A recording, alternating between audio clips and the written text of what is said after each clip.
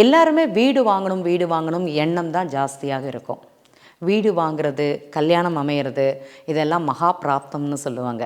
எல்லாருக்குமே அந்த அமைப்பு இருக்குதுன்னு பார்த்தீங்கன்னா 100ல் 25 பேருக்கு தான் அந்த அமைப்பு. நம்ம இந்தியாவை பொறுத்த வரைக்கும் 75% அப்படிங்கிறது வீட்டோட அமைப்பு அப்படிங்கிறது இன்னும் ஒரு மிகப்பெரிய சொப்பனமாகன்னு சொல்லுவாங்க. மிகப்பெரிய கனவாகத்தான் இருக்குது. தான் நினைத்த மாதிரி வீடு, தான் நினைத்த மாதிரி வாகனம், தான் நினைத்த மாதிரி வாழ்க்கை அப்படிலாம் எதுவுமே கிடையாதுங்க. நம்ம நினச்சா அது முடியும். தகுந்த காலம், தகுந்த கிரகங்கள் வர்ற வரைக்கும் நம்ம கொஞ்சம் அமைதியாக இருக்கணும் அப்படிங்கிறது தான் உண்மை. எல்லாருக்குமே இந்த வீடு தான் பெரிய பிரச்சனைங்கிறாங்க. பெரிய பிரச்சனையெல்லாம் கிடையாது.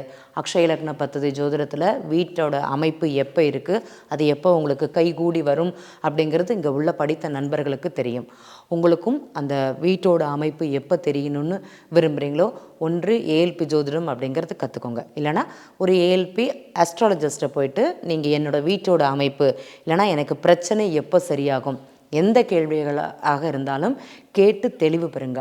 அதற்காக நம்ம மனக்குழப்பத்திலையோ மன சஞ்சலங்களோ தயவுசெய்து வேண்டாம் அப்படிங்கிறத இந்த இடத்துல பதிவு பண்ணிக்கிறேன்.